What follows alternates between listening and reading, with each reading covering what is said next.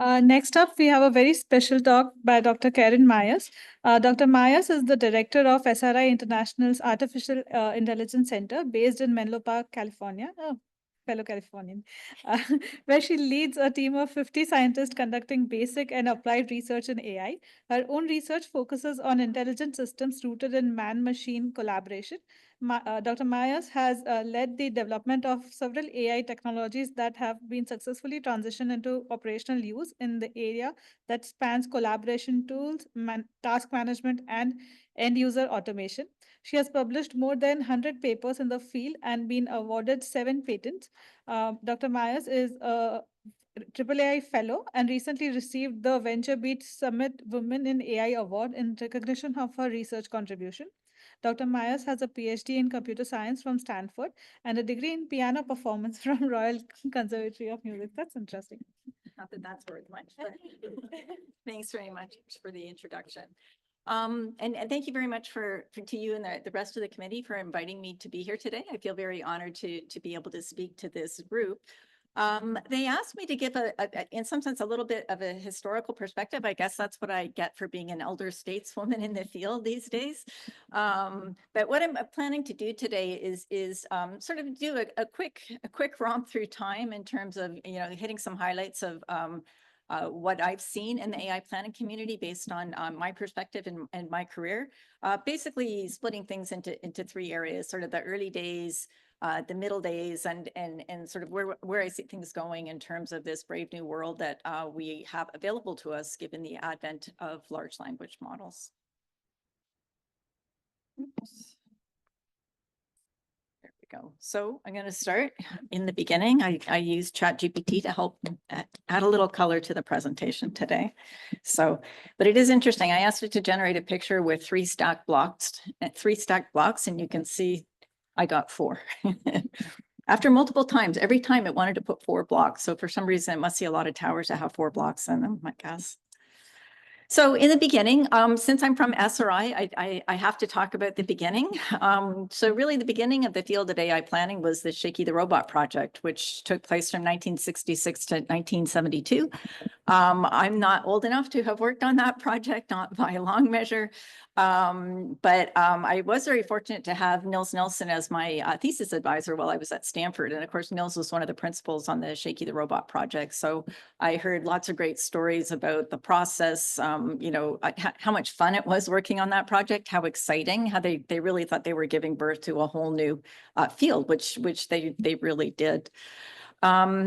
So there are so many things that came out of this project that are directly relevant to this community as well as to other communities as well. They had a lot of advances related to computer vision, but for this crowd, first of all, STRIPS. We've heard lots about STRIPS already today. Many of you may not know where the acronym comes from. It's a Stanford Research Institute problem solver. So makes me feel good being an SRI employee. A*STAR, of course. There's a funny story about A*STAR, which Nils relayed to me, which was apparently when he was one of the co-authors on that very seminal paper. Apparently, when they first submitted it for publication, it was rejected. And not just rejected, but summarily rejected. They were told, this work is of no consequence whatsoever, which is, of course, is ironic because it ended up being one of the most heavily cited papers in the field. So there's a lesson there, especially for the graduate students in the room. Reviewers don't always get it right. So you can certainly persevere if you think you have good ideas, and just getting a rejection doesn't mean you don't have a good idea. Machine learning started back on the Shakey project, symbolic machine learning. Nils's idea of triangle tables and being able to take action traces and abstract from those to come up with macro operators to simplify downstream planning processes. And of course, we all know in the blocks world, which was what Shakey did originally. Shakey made plans to move boxes around within one of the labs at SRI.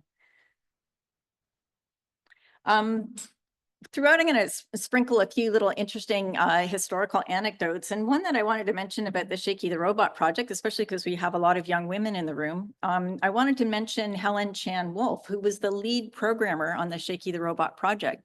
And not many people know that because Helen was a quiet person. She's pictured there on the left. That's a Rich Fike standing to her right. And then you can see a picture of her in the Shakey lab there, doing coding, which is what she did on the project. She was one of the pioneering workers, male or female, in terms of computer vision and specifically facial recognition, built some of the early facial recognition software. Anyway, I thought it's quite interesting to me that one of our very first robotic programmers was a woman. It's kind of like when programming first started as a discipline in itself, it was considered an administrative task and not worthy of the male engineer. So it was given to the female staff members to do the coding. So in some sense, Helen had a similar kind of phenomenon, but she made tremendous contributions, and I thought it'd be a fun thing to share with people today.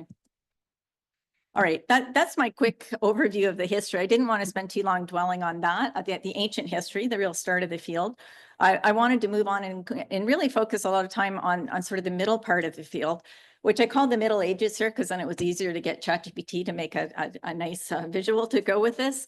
But Middle Ages can sometimes have a derogatory association with it. I don't mean that in the slightest. I think there's just a lot of amazing work that's come out of the field.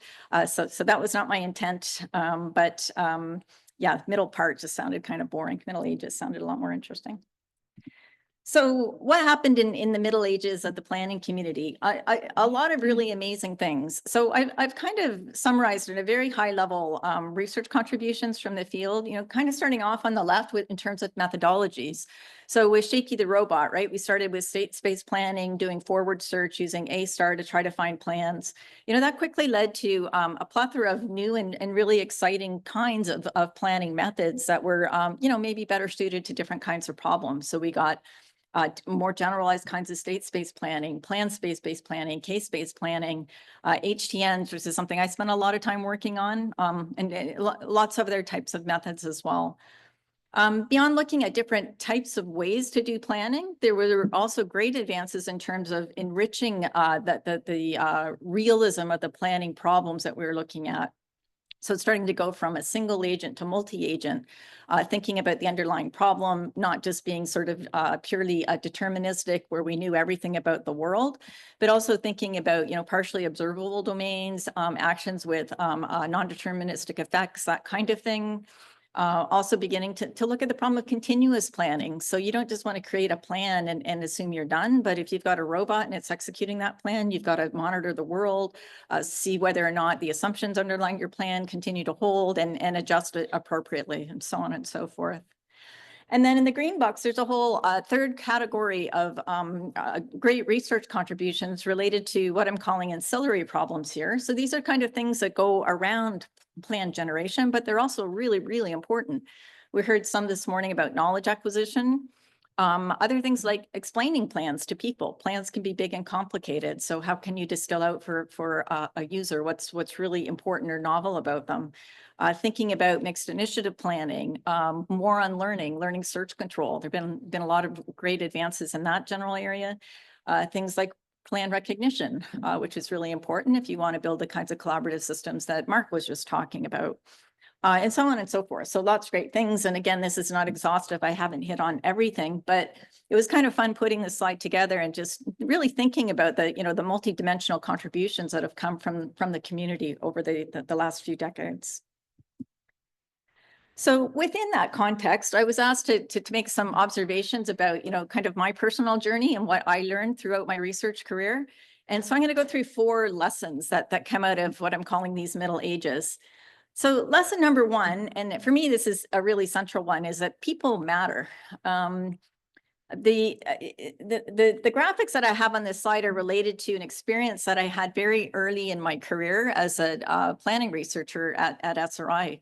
We had a project that was sponsored by the Air Force, where they were asking us to build a planning system that could help them develop these pretty sophisticated plans. There's an example of one on the right there, which was created with the SIPE2 HTN planner, which David Wilkins first built, and a lot of us at SRI contributed to. As you can see, that's a pretty rich and sophisticated plan. This is one of my first jobs when I got to SRI, was actually coming up with the domain model to enable the planning for this particular domain, looking at some of the scalability issues, some of the realism issues, that sort of thing. So as you can imagine, my first job, I was very excited. My first project, I was very excited to work on this and really wanted to do a good job. I thought we built a system that was very impressive compared to what the state of the art was in terms of planning tools. We were asked to go demo this to a major in the Air Force, and this gentleman who was quite attentive. He listened to the presentation. He listened to, our description of how we built the system and how we were trying to be very realistic and so forth. How the AI planning tools gave you guaranteed solutions, guaranteed that they satisfied all the constraints. And his response to this was, that's all really great. I'm never, ever going to use this system. And none of my colleagues are ever going to use this system because we don't know why it came up with this plan. We can't ask questions about it. When I have to go brief my superior on why I'm suggesting this as a solution, I can't tell them why. And that was a real epiphany moment for me that, the whole field is so concentrated on these fully automated planning algorithms, but people in the real world need a lot more than that. They need approaches that are going to not only enable them to understand the decision making, but also to influence the decision making. So they just don't want to be these passive bystanders and accept a solution that's presented to them from the machine. They really wanted to be actively involved with the creation of the plans. So, on the left there is really the model of what people had at that point in time really conceived what the AI planning community was about. You built a black box system, you input a goal in a state, and boom, the solution comes out. And the lesson here is that there are very few takers for that kind of technology. I mean, there are some application domains for where that makes sense. If you're building a Mars rover, for example, that's going to have to go off and do things on its own. Absolutely, you need that kind of system that can work fully autonomously. But in my experience with having talked to lots of government and commercial organizations about planning applications, that's not the model that they want. They're really looking for things where people are actively involved in the planning process. So I'm not going to go into a lot of details on my personal research over the years, but I did want to spend one slide just talking about what that first encounter with that Air Force major led me to do, which was to really rethink this whole concept of automated planning and think about what could I do as an AI researcher that would move the field forward, but also be really addressing the concerns that the user community seems to have.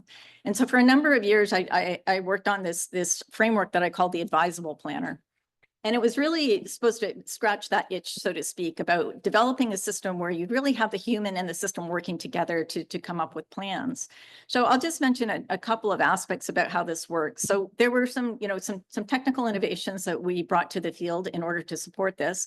So one was the notion of advice. So users could come in and say, well, here's my goal, but these are kind of, the constraints around this. So if you're thinking about travel planning, right, you would never just give an AI planning system a goal that says, plan me a vacation to Europe, right? You'd say, well, I want to go to Paris. I want to spend 2 days in Paris and 3 in London. And, I want to take the channel. And you'd give all kinds of constraints and guidance about what was allowed. You'd give a budget for the plan, that sort of thing. So advice was one way to sort of tell it, what are some constraints that you have about the plan, the solutions that interest you. And then we also had this notion of plan sketching, where you could actually sort of lay out major parts of the plan and then use AI planning technology to kind of fill in the details around it. That was a concept that really, really resonated with users because they liked the idea that they were still retaining control over the key decisions, but it relieved them of the responsibility of having to go in and deal with all the fiddlesome details, which is something that they thought was, just kind of busy work. Another thing I want to point out is that the third bullet there, the generation of qualitatively different solutions. Again, in many real world planning problems, there are lots of solutions. Think about going on vacation in Europe. There are tons of holidays that you could do. The problem is finding one that's really aligned with what you want. And sometimes you don't know what you want. So, you could kind of say, well, if you just define the right objective function, it's simply an optimization problem and just, let the system optimize once you tell it what you want. The problem is people often don't know what they want. And so what's more important is to give them tools that can help them interactively search this space of possible solutions to figure out what matters to them and therefore come up with a solution that works for them. So we had a couple of papers where we looked at this notion then of helping people get into different portions of the overall solution space as a way of better understanding what the trade-offs were and therefore what would make sense for them. And then lastly, we did some work on plan summarization. So you saw that one sample plan that was quite large. When users are looking at that, often military users, what they want to do is look at multiple courses of actions, as they call them, and really understand what are the trade-offs amongst these. So we developed some capabilities to do plan summarization that would enable you to very quickly get the essence of a plan of what was really distinctive about that particular solution compared to other ones that you might consider for that particular planning problem. So this is kind of an aside, but through these experiences, I found that this kind of mixed initiative model of planning was something that really resonated with our users and our clients who wanted to see that kind of technology. But interestingly, AI program committees didn't like that approach very much. And this is a direct quote from an ICAPS paper, a review for an ICAPS paper that I submitted one year, which the reviewer had written, "If humans are involved, it isn't AI." And I like to hope the field is progressing beyond that point, although sometimes I hear talks and I think we're not quite there yet. Full automation is certainly a nice goal. And as I said, there are some applications for which it is necessary, but really the field, I think, should be much more focused on helping humans do things rather than, trying to build AGIs that are going to completely eliminate the need for humans in the future. I do want to say, though, that I think the problem of publishing human-in-the-loop planning papers has been solved by Rao and his team. I noticed this on his website, which I thought was sort of cute. Not only is he publishing lots of papers in this space because he's doing great work, of course I want to acknowledge that, but he also has a formula now, people plus robots, and you get a paper. So, but I do think that this situation has improved, and we've seen a steady increase in terms of the acceptability of work that's more focused on supporting humans rather than to trying to fully automate the planning processes. Okay, lesson number 2. Building good planning models is hard. I mentioned in my first project at SRI, I spent a lot of time doing that. I mean, in some senses, I was quite fortunate because we were working in a domain where, for example, it had aircraft moving around. There are very good, well-defined models for, fuel consumption and speed and all that sort of thing. So you could pretty straightforwardly formulate constraints associated with that aspect of the problem. But there were other things that were more challenging, right? So if you have strategy A and strategy B, when do you go with the one or the other? Well, oftentimes those the distinctions there can be pretty nuanced and very difficult in terms of trying to capture those in something like a logical format. There are just so many corner cases and so many things that if you talk to the humans about their decision-making processes, are very hard for them to articulate what differentiates those cases and why they would choose one option over another. So, it's really, really hard to come up with these good quality domain models. Of course, there are well-known KRR kinds of issues as well. John McCarthy came up with the qualification problem, right? Your cars are going to work, but what about if there's a potato in the tailpipe, then it's not going to work, right? So there are just so many different contingencies that you have to think about if you're coming up with a formal model for which you want to be able to say we proved the correctness of the plan that's coming out at the other end of our system. So lots of issues there in terms of being able to formulate these models. And I'm going to come back to this when I get to the third part of the talk. Lesson number 3, planning in the real world is mostly scheduling. So this is something that came to me after talking to a number of different clients and customers about what planning could do for them. And they would say, yes, absolutely, we need better planning tools. And then they would proceed to describe a scheduling problem. So, and for a lot of users, those 2 terms are used interchangeably, not so much in the AI planning community. And it's funny, it's still called the AI planning community, even though, we've always had a big tent in terms of incorporating scheduling people as well, but we tend to refer to ourselves as the planning community. I list on this slide here some of the successes that have come out of the community. And again, I'll walk through a few of these. They're mostly scheduling successes, and you'll see a lot of spacecraft here. That's been the area where I think there's been most engagement in terms of moving the technology out into the real world. So, but I want to start with that little green box in the upper right, which is maybe a little bit hard to see. But I think this is the first successful deployment of planning technology of which I'm aware at least. So this was something that happened in the early 90s, the DART project, Dynamic Analysis and Replanning Tool. So some of you may not be familiar with this. This was a DARPA-sponsored project. They ended up deploying this to the US military as part of Desert Storm. What it was basically a logistics planning tool. It actually didn't even do the planning, right? It would take plans that humans had made, and then it would do validation of those plans. But the two really interesting things about it, one, that this is likely the first deployment of AI planning technology, planning and scheduling technology. Secondly, that there was a report written that said in the 3 years that that tool was deployed, it saved more money for the US government than the government had spent on DARPA in the preceding 30 years. So, you know, a little bit of AI can go a long ways if you've got it well aligned with a problem that you're trying to solve.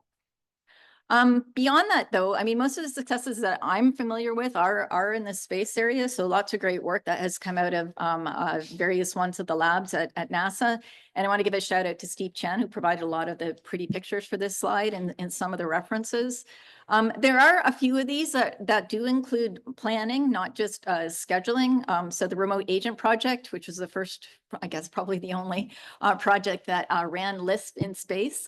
That was a really nice project run out of NASA Ames, where they had a model-based reasoning system that would do planning and a dynamic plan repair on the fly based on situational updates about what was happening on the spacecraft. Steve also mentioned that there's this Europa project over on the right there, where they're using decision theoretic planning. They're doing field trials right now, but they hope to have that operational when the mission starts. The rest of these, though, are really scheduling problems, and most of them offline scheduling problems. So by which I mean the scheduling was done down on Earth and uploaded then to the spacecraft in terms of then the spacecraft would execute the schedule. So yeah, so some interesting observation to make. All right, lesson number 4. A little planning can go a long way. So I didn't mean to depress those of you who are focused on AI planning by the previous slide to imply that, you know, your work has no utility. Far from it. But I think in some ways we should be thinking more generally about how we use AI planning technology.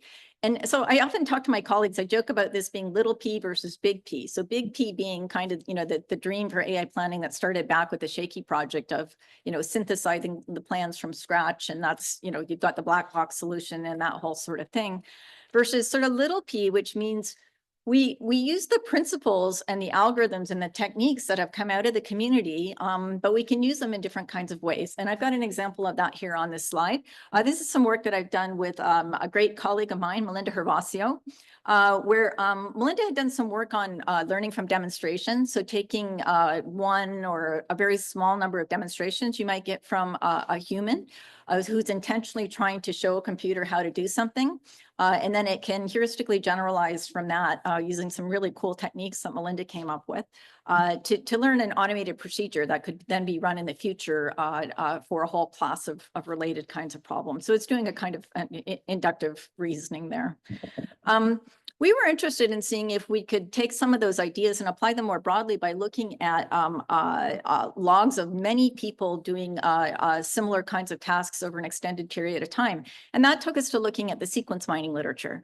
And that was really, really interesting. So approaching that from the perspective of someone who's knowledgeable about AI planning techniques, the sequence mining people really just go purely for statistics. They're just looking for similar kinds of patterns that occur in certain time windows, and they'll pull those together and say, this is an example of a pattern because we've seen X number of these occurring with just, you know, sort of slight variations between the instances of them. And what's really interesting, if you look at some of the patterns that come out of that community, they make no semantic sense. So you could get something where you're deleting a file before you're creating a file, right? Things like that, because they have no model of what the actions mean, what the impact of those actions are in the real world. So in this ACS paper, Melinda and I did a simple experiment where we devised a straightforward action model drawing on the basic principles of strip style modeling, and showed that you can get much higher precision and recall in terms of process mining than if you're just trying to do this in a simply statistical way. So that to me is kind of a nice example of how you can take the principles that are coming out of our community, apply them in ways other than trying to solve the really hard plan synthesis problem. Okay, last part of my talk then, I just want to say a few words about the chatty future that we're all embarking upon. It was really fun to hear some of the presentations from earlier today, people looking at different kinds of ways to use LLMs. We heard both a lot of sort of good things and a lot of bad things, some of the challenges associated with using language models to support planning. So some of this may be a little bit repetitive, but yeah, so going back to that nice medieval ages tapestry that ChatGPT generated for me, it's beautiful. It's got, the architecture is right in terms of the forts, the late Tudor style houses, the dresses all look realistic. I love that it did put this tapestry border on it, which is from that era as well. So incredible that it could generate something like that, but then it goes and throws 2 trucks into it. So other people have commented on this today. The thing is, it's 95% right, but the 5% it gets wrong, it gets really wrong. And that's just highly problematic when you're trying to do things like generate plans that are proven correct. So what do we do about that? Yeah, sorry, this is another slide. I think people have made this point already, and a lot of people have already referenced some of the work coming out of Rao's team about looking at the limitations of large language models and their inability to really plan effectively. So, my takeaway from this is LLMs will not take your AI planning jobs anytime soon because of a lot of these problems. But I think really the right way to think about it is much more what can LLMs do for us as the AI planning community? And again, from the session this morning, I'm aware that a number of you are already thinking a lot about these things. So I'll just make a few comments before I wrap up. One area that we've been looking at in my lab is solving what I'm calling the interaction problem. So we build these beautiful planning tools, and even when we make them mixed initiative, there's still a huge impedance about how users think about plans and the machine understandable representations of those plans. And that's been a huge barrier to getting planning technology accepted. This may come as a surprise to many people. We do a lot of work for DARPA, DOD, ONR, Air Force. Most of the military planning is still done offline. It's done on whiteboards, it's done on paper, and then they enter it into PowerPoint and Word. That's how military plans are represented. And there's so much that this community could be bringing to the table in terms of taking things away from those kind of informal, error-prone representations and getting it into a machine-readable, understandable format over which you could run various kinds of analytic tools. You could prove things correct. You could identify problems. You could suggest repairs, that kind of thing. But there's that huge impedance of getting the content from the human heads into some sort of machine understandable representation.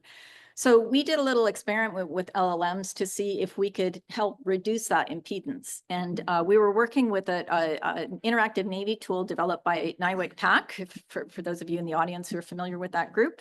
It's called AMPed. And looked then at putting a large language model as underlying a dialogue manager that could help a human then specify content that they wanted to see in the plan, mapping that into APIs to create that content within this Navy planning tool and getting the content into the system. And what we found, the results were really, really encouraging about being able to, this was a very controlled experiment, but they were very encouraging in terms of the ability to use LLMs to help with that translation problem from human specification of what they wanted in the plan to the plan itself. And I think one of the reasons we can see better performance there than what you might see in more general kinds of problems is, first of all, people in the military, they tend to speak with great precision. They are trained to be specific about what they want and to be very clear. And then also when you constrain the domain to be something like making modifications to plans, there are a limited set of options of things that you're going to refer to. So it's really scoped the problem down to something where I think high levels of accuracy now become feasible. And more generally beyond that, and again, we've heard some of these ideas already today, so I won't really dwell on these, but these are three areas that I think generative AI techniques can be very valuable in terms of making the planning problem easier, right? So one is this impedance match between human inputs and our planning tools. We've heard a lot today about building planning models, so I won't say too much more about that. There's also this question of, synthesis versus validation. So we heard a lot today about you can't trust LLMs to plan. I completely believe that. I know that's the case. And we can't trust them to do validation, but we can really use them to help with this out of the box thinking. And here I've got a reference to an article that came out last week that some of you may have seen about these AI designed chips that are really bizarre and strange. And chip designers don't understand how they're working, but they're performing better than any of the best chips that the human chip designers have created. So I think there's a lot of utility to embracing generative AI for these kinds of design tasks, not just planning, but other design tasks as well.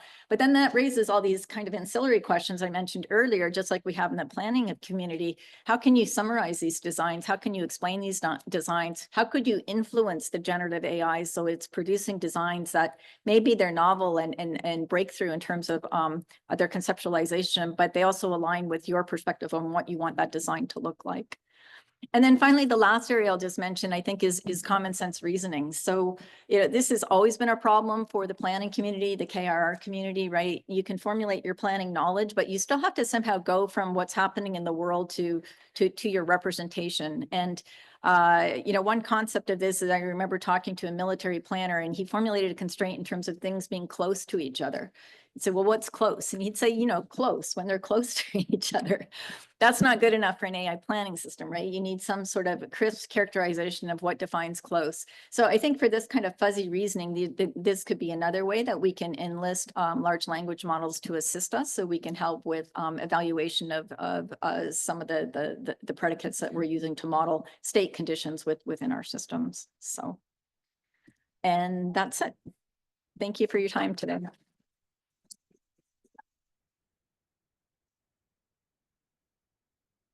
Questions?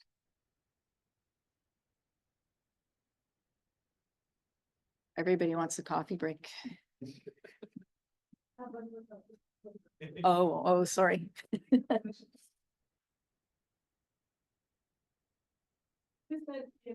Language models, humans are important. Humans can ask questions and understand, play with the environment.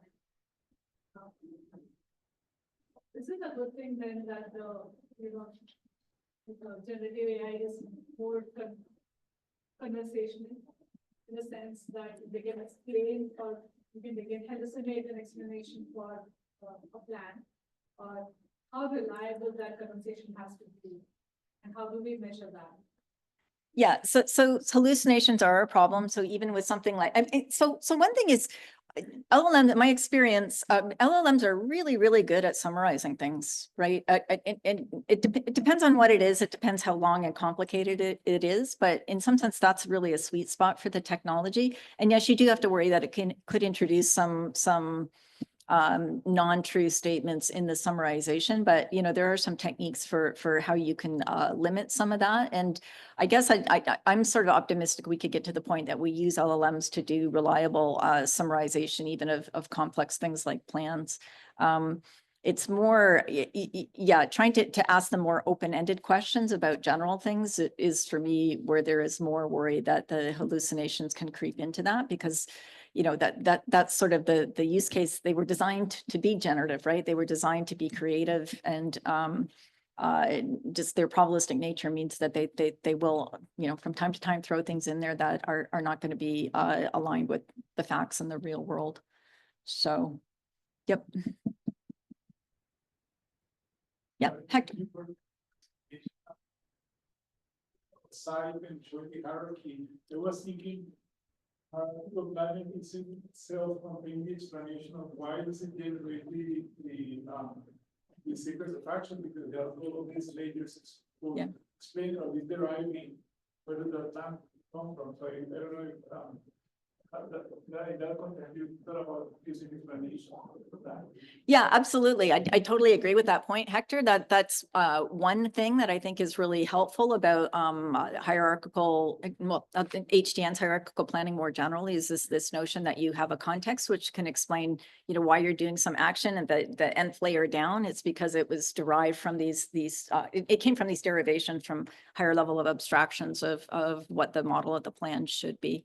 I think another related point to that is that with HTNs, in some sense, you're getting it. I mean, in some sense, it's like compiled out planning knowledge, but it's also knowledge that you can validate ahead of time. And that was another reason why, with a lot of the work that we did, that was more applied in its focus, was something that really resonated with the user communities. They didn't trust a system that just, you know, generated something whole cloth. They liked this idea that it was really built on these pieces that could be validated ahead of time. And that ties into explanation as well, right? Because you can put all kinds of rationale and explanatory material in the task networks that you put into your library that you've defined ahead of time. Yep. So that's an interesting point. I wonder, so your experience was that people didn't trust systems that we knew to be sound and complete, right? Or maybe we at least intended for them model the error, the bugs in the implementation. But now we have this phenomenon of people putting so much trust into output of the language models, which is complete opposite. We know that they're bad and we still trust them. So, I mean, could you comment on that? Yeah, so I think you have to be careful in terms of which people, right? So yes, there's some people putting a lot of trust. I was sharing an anecdote at lunch. I was at a presentation last summer. It was a summit on generative AI. And as part of that, there was a panel where they had CTOs and research leads for a number of Fortune 100 companies. And they all talked about the Gen AI projects they were doing in their companies. They were investing a lot of money. They were very excited about them.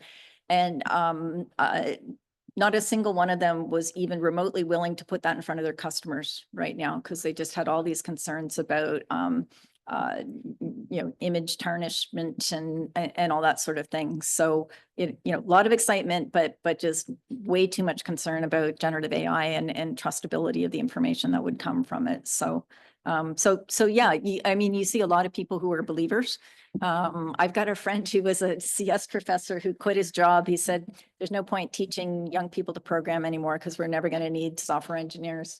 So yeah, there's quite a spectrum there, but I think, people in positions of financial consequence, I think by and large are still on the bench in terms of, not quite being ready to trust this technology in mission critical settings. So, David? Karen, great talk as always. So thanks for such a large scope, both in terms of the ages and the lessons. So you touched on a word that really, for me, kind of something I'll be taking away from this. And it's just, I guess, the surprise that I don't see a whole lot more work going on in terms of derivational approaches. I was first introduced to it, of course, in terms of case-based reasoning, but in terms of an analogy. But I've always thought that this is such an important role in regards to the types of work that I'm interested in terms of explainable autonomy of that nature. And I was just wondering if you have any comments on that. Have you seen greater interest in this recently? Or yeah?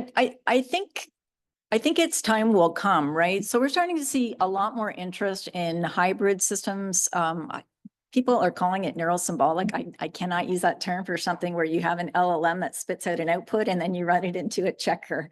That to me is not neurosymbolic. It's really hybrid. You're using two different technologies for two different purposes in some sense. But I think we're starting to see a lot of that, not just in the planning community, but I'm seeing this in other areas. So the design community, this is all the rage right now. So being able to marry generative AI of various flavors with the various kinds of verification tools that they've developed over the years is something that's a really hot area right now. Has a lot of investment, both in a lot of interest, both in kind of VC space and also in government space right now. So yeah, I think we're going to see people kind of coming back to looking at more symbolic methods and understanding more the value of those and how incredibly valuable it is to pair those techniques with something like generative AI, where you can really take things up to the next level by having the two different approaches working together. So, Mohan? Yes. Yep. I'm going to use the opportunity of having someone who's seen this AI develop over a long period of time to ask this question. Okay? So what I'm sure you've seen that the vocabulary we use, like what planning means, what generative methods mean, have changed over time, right? So it means very different things from when they were first used. Yes. And as a result, what's happening is I'm primarily now interested in the education system, what students learn, and then what they are exposed to. And then there's a lot of reinvention moving going on, where they develop things that for which there is a solution that already exists, but they're just not aware of it. Yes. With your experience, what do you think would or should be there in just briefly in an AI course? Yeah, so that's a great question. I mean, when I talk to friends who are in the universities, that they say that, all people want to learn now is deep learning, the statistical approaches. They're not interested in the more traditional methods, the logical type approaches. Also,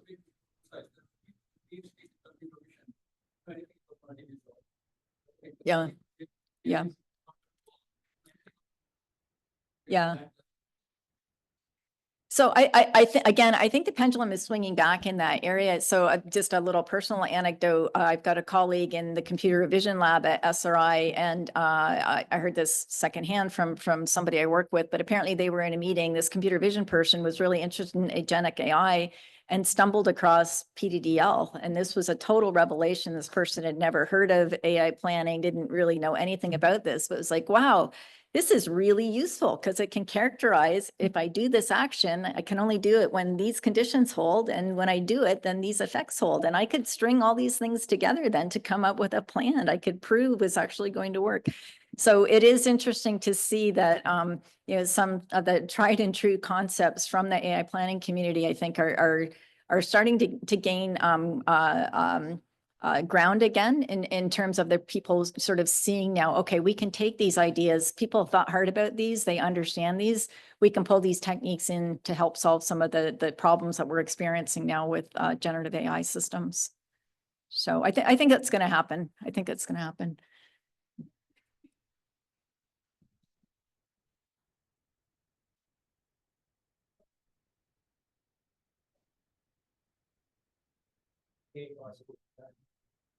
Especially in the military, your experience in the air. What about you also, for example, the presidential, positional, what level is military? And also, what about the large language model? Even the large language model would explain the ability of the or this large language model actually jump in the middle of the planning and doing. So we have not been using large language models to do planning. I don't think it can do the kind of planning that our clients are interested in, which are big and complicated and very sophisticated. You need a lot of complex optimization over a really rich set of constraints. So I just don't see LLMs ever doing that. But what we were trying to do was be able to take human input about the plan and just transcribe that to get into a machine understandable representation. So you could then run optimization algorithms over what you're getting from the humans. So that to me is a really good use case for generative AI. So it's sort of bridging the gap between the thoughts in the human's mind and what the system needs in order to be able to do more sophisticated kinds of analysis and reasoning. So thank you.